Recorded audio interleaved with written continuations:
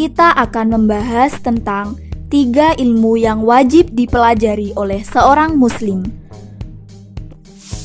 Umumnya, banyak orang membedakan cabang ilmu menjadi 2 bagian, yaitu ilmu agama dan ilmu umum. Kemudian, pemahaman seperti ini didukung dengan adanya sekolah formal dan non-formal. Namun para ulama tidak membagi ilmu dengan pembagian yang demikian. Mereka membedakan ilmu bukan dari jenis ilmunya, melainkan dari hukum mempelajarinya, yaitu ilmu yang fardu ain dan ilmu yang fardu kifayah. Ilmu yang fardu kifayah, hukum mempelajarinya berarti tidak setiap orang Islam wajib mempelajari ilmu tersebut. Bila ada satu di antara mereka yang telah mempelajarinya, maka itu sudah cukup menggugurkan orang Islam lain untuk mempelajarinya.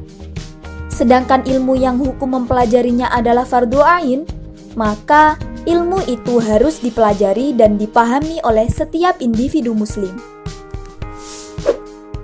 Lalu, ilmu apa saja yang hukum mempelajarinya termasuk dalam kategori fardu ain? Bahwa ada 3 ilmu yang wajib dipelajari oleh setiap orang Islam. Pertama, ilmu yang menjadikan sahnya ibadah kepada Allah adalah ilmu fikih yang membahas tentang bagaimana semestinya seorang muslim beribadah kepada Allah. Sebagai contoh, setiap muslim wajib mempelajari ilmu tentang bagaimana caranya sholat yang baik dan benar.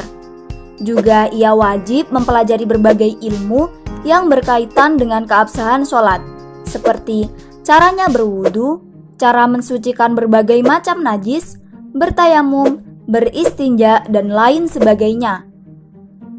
Seorang muslim juga wajib mempelajari ilmu-ilmu yang berkaitan dengan ibadah-ibadah lain seperti puasa, zakat, haji, dan lain sebagainya. Termasuk juga dalam kategori ini adalah ilmu muamalat, yakni ilmu yang mengatur bagaimana semestinya seseorang melakukan berbagai macam kegiatan yang berhubungan dengan sesama manusia, seperti jual beli, sewa menyewa, penitipan, dan lain sebagainya. Kedua, ilmu yang menjadikan akidah atau kepercayaan seseorang menjadi benar, sesuai dengan akidah yang dianut oleh para ulama Ahlus Sunnah wal Jamaah. Dengan mempelajari dan memahami ilmu ini, maka seseorang akan terjaga dari akidah-akidah yang rusak dan tidak benar. Ketiga, ilmu yang menjadikan hati bersih dari berbagai macam akhlak yang buruk, seperti riya, sombong, dengki, hasud, dan berbagai macam penyakit hati lainnya.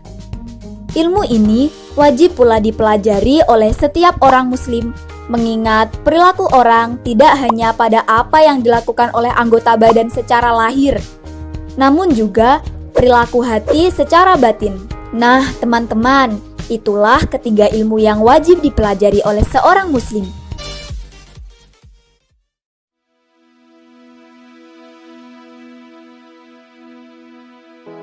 Hukum ramalan zodiak, jauhi walau sekedar membaca, karena sangat bahaya akibatnya.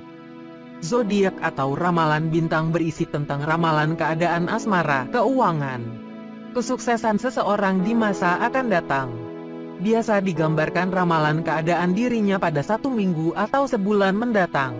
Cara memperoleh ramalan bintang ini tidak perlu susah payah sampai ke rumah tukang ramal. Desb. Dari sini perlu diketahui bahwa para ulama seringkali menyamakan hukum membaca ramalan bintang dengan hukum mendatangi tukang ramal yang mengklaim mengetahui perkara yang goib. Keduanya dinilai sama hukumnya karena sama-sama mempertanyakan hal goib di masa akan datang. Syekh Sholih Al-Syekh mengatakan, jika seseorang membaca halaman suatu koran yang berisi zodiak yang sesuai dengan tanggal kelahirannya atau zodiak yang ia cocoki, maka ini layaknya seperti mendatangi dukun. Akibatnya cuma sekedar membaca semacam ini adalah tidak diterima sholatnya selama 40 hari. Sedangkan apabila seseorang sampai membenarkan ramalan dalam zodiak tersebut, maka ia berarti telah kufur terhadap Al-Quran yang telah diturunkan pada Nabi Muhammad Sallallahu Alaihi Wasallam. Intinya ada 2 rincian hukum dalam masalah ini. Pertama, apabila cuma sekedar membaca zodiak atau ramalan bintang, walaupun tidak mempercayai ramalan tersebut atau tidak membenarkannya, maka itu tetap haram. Akibat perbuatan ini, sholatnya tidak diterima selama 40 hari. Nabi Shallallahu Alaihi Wasallam bersabda, barang siapa yang mendatangi tukang ramal, maka sholatnya selama 40 hari tidak diterima. Ini akibat dari cuma sekedar membaca. Maksud tidak diterima sholatnya selama 40 hari dijelaskan oleh An-Nawawi. Adapun maksud tidak diterima sholatnya adalah orang tersebut tidak mendapatkan pahala. Namun sholat yang ia lakukan tetap dianggap dapat menggugurkan kewajiban sholatnya dan ia tidak butuh untuk mengulangi sholatnya.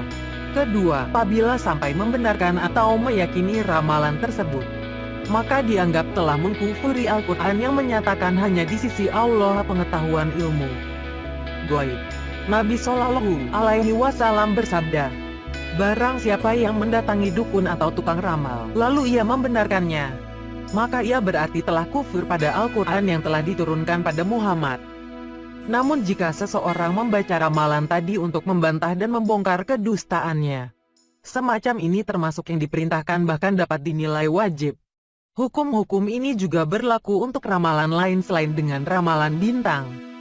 Syekh Sholih Al-Syekh memberi nasihat, kita wajib mengingkari setiap orang yang membaca ramalan bintang semacam itu dan kita nasihati agar jangan ia sampai terjerumus dalam dosa.